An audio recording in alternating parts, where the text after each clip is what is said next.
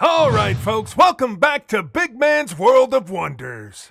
All right, welcome back to the show today. Today, we're going to talk a little bit about passwords, strong passwords, weak passwords, what makes up good passwords. We'll talk a little bit about two-factor authentication and just some overall security things maybe I think you should know about. I've supported a lot of people for many years. I've watched the security and the compromises progress for many years, over a couple decades, and I have some insight and I kind of think, where things are going. So here we go. The first thing we're going to talk about is passwords. Strong passwords, weak passwords. A strong password is going to be a password that's going to have at least 12 characters. A strong password will also not only have 12 or more. If you can get into the 14 to 16 characters, you're doing really good. That's really, if you want to be somewhere good, you want to be somewhere safe, that's where I'd go for. Now, if we're talking about strong characters, what does characters mean? You could have things that are just numbers. You could have things that are numbers and letters. You could have uppercase, lowercase. You can have special characters, symbols, things like those. So those are all options. There's different requirements depending on whether the password's for. Who's making the requirements would depend on what the strength of the password would need to be, minimum. But typically you can make them stronger if you want to. Sometimes you run into limitations where passwords can't be certain length, over a certain length. You do run into limitations as to what the special characters that you can use, whether you can use asterisk or you can use ampersand or the different characters. Some are limited, some are pretty wide open. So it's best to use a combination of those things. Each time you increase, if you have just numbers and then you add letters, lowercase letters, uppercase lowers, upper and lower, it just gets more and more strong, and the chances of what they call brute force attack go down so much that it's almost impossible. Now, by brute force, that means they set up computers that just keep trying passwords. They try every possible combination. So now check this out. If you have 8 characters, even if you employ all the different uppercase, lowercase things I was talking about, with 8 characters, they can brute force compromise your password in only 3 weeks. Sorry if my writing's not that great. I don't usually write with a marker like this, but I'm trying to give you guys a visual how crazy this can be, right? So now if this number 8 jumps up to 10, right? So now it's 10 characters, uppercase, lowercase, number, and symbols. Well, now this 3 weeks that we were just talking about goes up to 5 years. 5 years. That's a long time. So you can see they'd have to brute force be trying passwords for 5 years to get your password. Now, if you go up, if you go up here and you go up to 12 years with special characters, uppercase, lowercase, it will take them, you ready for this? This is where it gets crazy, 34 years. Yeah. Years. 8 characters. I don't know why I wrote 12 years. 12 characters will take them 34 years to brute force crack it. So that can show you if you can get to 12, I know it can be a pain, but it's really good. So now you're going to say, well, strong password, weak password. Can you give us an example of what you're talking about? So I could say, well, I got to think of something I can remember. So I'm going to say, well, I really love my dog Molly. And so I could just have a password that says, I love Molly. Okay, so you say, well, it's got a lot of characters, right? What is that? 8, 10 characters. That's pretty strong, isn't it? No, because look, first off, this is something very common. I love Molly. Anybody who knows that you have a dog named Molly, that might be one of the first things that people try, right? Your dog, your kid, your birthday. Don't use those things. Your Tech Garage tip of the week. Don't use your name. Don't use common things, because common things, people, if they have any information about you, they can look on your social media and you post pictures of you and your cute dog Molly. Well, guess what? Molly might be who they're going to try. They're going to try a password that has something to do with Molly. So don't really use those kind of things. Now, if you wanted to use Molly or something like that, you could do something, but you can change some of these things so it doesn't just clearly read this. Someone would have to know. So you say, okay, let's put something that makes this more secure. Okay, so you say, well, let's capitalize some stuff. Well, I think that the most common thing that someone would think of is capitalize the I, because look, it doesn't even look right in lowercase. And love should be capitalized, right? And Molly, that's her name. So let me just do that. No.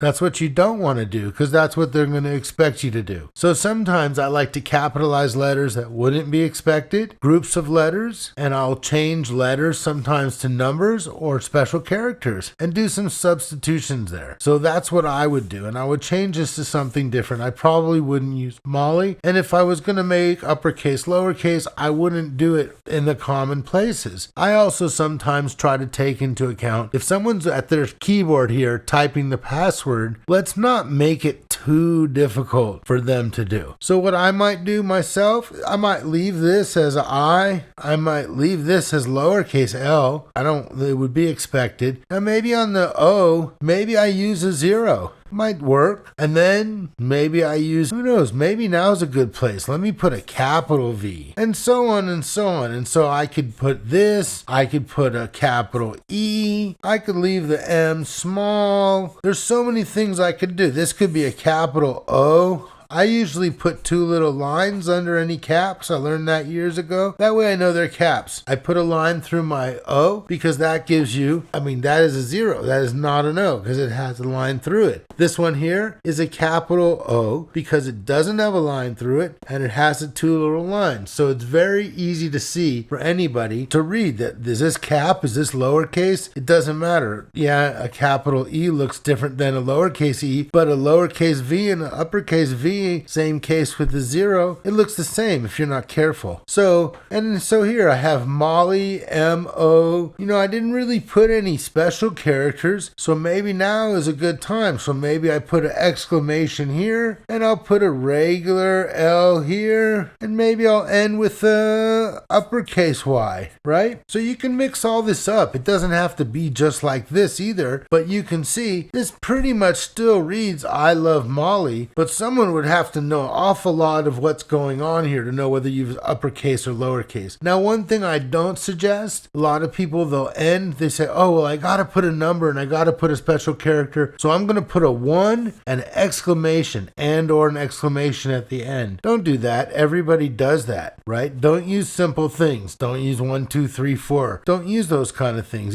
That's the first things people will think about. The other thing that I wanted to tell you about passwords is if you're actually going to write them down on paper, which isn't the greatest idea, don't put them in obvious places. Because, I can say after supporting many hundreds of offices and people working in offices, the first place I'm going to look is in the top drawer. And guess what? Most of the time, that's where they're going to be. Sometimes they're as bold as to be right on the desk. Okay, they take a Post-it and they put it right here on their keyboard with their password or on the screen, right? That doesn't make any sense because anybody who's there sees your password. You're putting it in the most obvious place. If you had to write it down and put it somewhere, put it in the middle of a book that only you knew what page to look on. Someone's not going to be able to find it. Or put it, just somewhere. Don't put on the paper my email password and then have your password. If you have to write it down, have it be a random thing. So if someone saw it, they would have to know this relates to this. Otherwise, if you do, that's just a traditional way. People just can sit down at your desk and find your passwords. So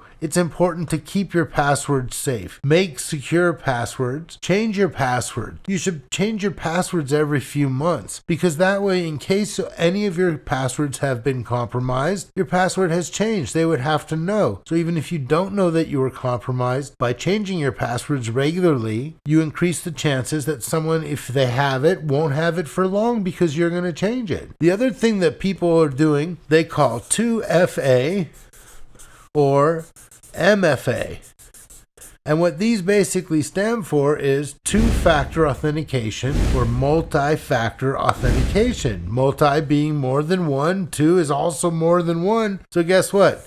These are really the same thing. So the deal is they kind of are in conjunction. Two-factor authentication means when you put in a password, you enter in your password and it says, okay, we've given you a go-ahead. That's the right password. But now we want to confirm that, because what if somebody got your password? So you've all gone to websites where they send you a text message with a code to put in. Well, guess what? That's two-factor. Now, there's different ways to do two-factor, not only getting a text message. And that's why it's also referred to as multi-factor, because it just means that there's another factor that has to be authenticated, and there's multiple ways to do it. So the other way you can do it, a lot of people in their school or their job, they use an authenticator app. You have to get an authenticator app from Microsoft or Apple. And there's companies like Okta and Duo who specialize in authentication, and they also have applications that can be used to do multi-factor. Now they do different things. Sometimes they have something that's called a push multi-factor, where you'll get a message through your phone. It's not a text message, it's just a notification. Now, a text message is also a form of a push notification. Push just means it comes to you. It's pushed to you. So the other way that you can do it with an authenticator application is you can open the application and it generates a code. You've already pre-registered your phone, your device, your tablet with the authenticator service, the authenticator application. So when you log into your account, it says, okay, give us the code. And instead of waiting for a text to come or something like that, you open up the application on your phone and it generates a code. And the codes expire and you can refresh it. Sometimes they just refresh themselves, but you have to have an active code. And that way they say, okay, you know the login, you know the password, and now you know the special code that goes with it. So we think it's really you and we'll authenticate you. I know a lot of you people know about this and probably don't like it that much. It's kind of a pain in the you know what. But you know what? It's really important in today's world because email compromises are rampant. People are using phishing, ransomware, adware to bring you in, to compromise your email accounts, to be able to send out emails to people. And then once they can compromise your account, they'll send emails to all the people you know to try to trick them, to click on a link, to subscribe to a service, to think that they have some sort of spyware, ransomware, that they need help. Their computer won't work unless they call this number, and everything is always very urgent. So what I recommend in that is be aware of anything that comes to you that you don't know about. If it's an email, if you go to a website and it seems weird, instead of clicking on it,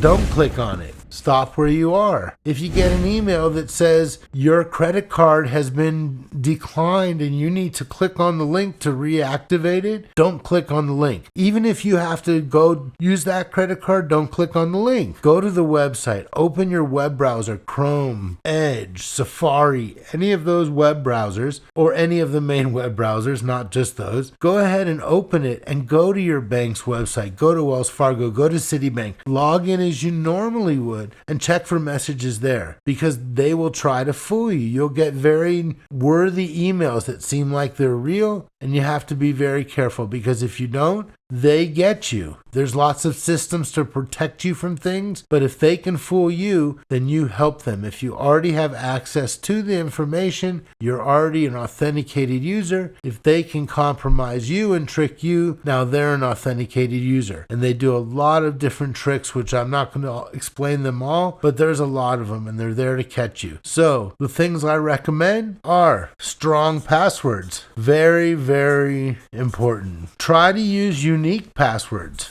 Try to use as many characters as possible. Don't give out your passwords.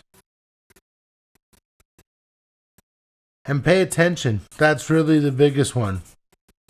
In today's world, you need to pay attention to everything you're doing with your computer, because there's people out there who are going to try to trick you. And that's just the way the world is right now. And it's not a good thing, but be aware. Stay vigilant. Change your passwords. Use good passwords. Don't panic. Don't click on things. Don't fall for scams, because there's a million scams out there. So what you need to do, like I was saying, is you need strong passwords. You need unique passwords. You need to do as many characters as possible. You need to use uppercase, lowercase, and symbols.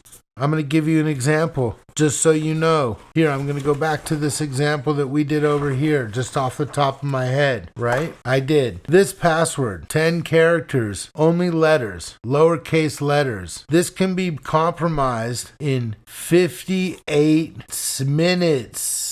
That's less than 1 hour. This one here. So we take this password, we change it into something like this, right? So we still have the same amount of 10 characters, but we have uppercase, we have lowercase, we have numbers and special symbols. 10. This one, 5 years.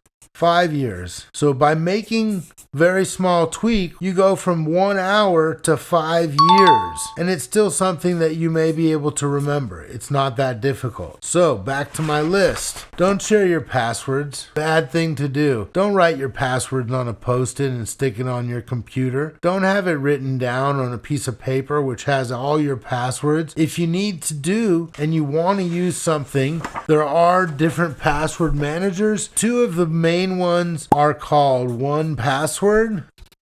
That's a number one. And there's one called LastPass. These are two of the main ones out there. I've used them both. They both work well. You have one main password. It can generate very, very strong passwords. You log into the one, you can two-factor, multi-factor authenticate to their service. And then all your passwords are stored in an encrypted fashion. So you don't have to remember them all. They have plugins for your phone and for your computer. And you can use them as a database, or you can use them to automatically store and fill your passwords. So yeah, I think I did these. Don't share. Pay attention, please. We all get busy. We all don't know when things come up sometimes. We just want to get by the screen. So we click whatever's on the screen just to make it go away. I have things to do, don't they know? Sometimes we see things in emails that's just so, you just want to click on it. You feel like I just really want to click on it, but please don't, because those are the ones that are going to fool you. And once you've clicked, don't call me and say, I clicked it, but I closed it right away. Am I okay? You might be, but you might not be. All it takes is one click and you can compromise all of your computers and all of your devices and probably people you know too. The biggest thing I can say is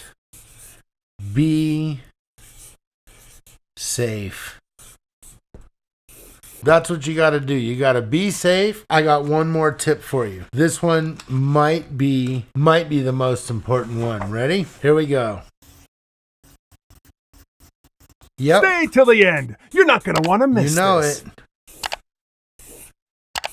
Subscribe to our channel. Please subscribe, follow us. We'll do more stuff. Hopefully this was information that would be valuable to you. I know it can be a little bit dry, but it's really important. Subscribe. I have a lot more tips for you from a lot of years of experience. Hope you enjoyed it. Thanks for stopping by. See you soon. Thanks for watching this episode. Hey, if there's something you'd love to see on this show, leave us a comment below.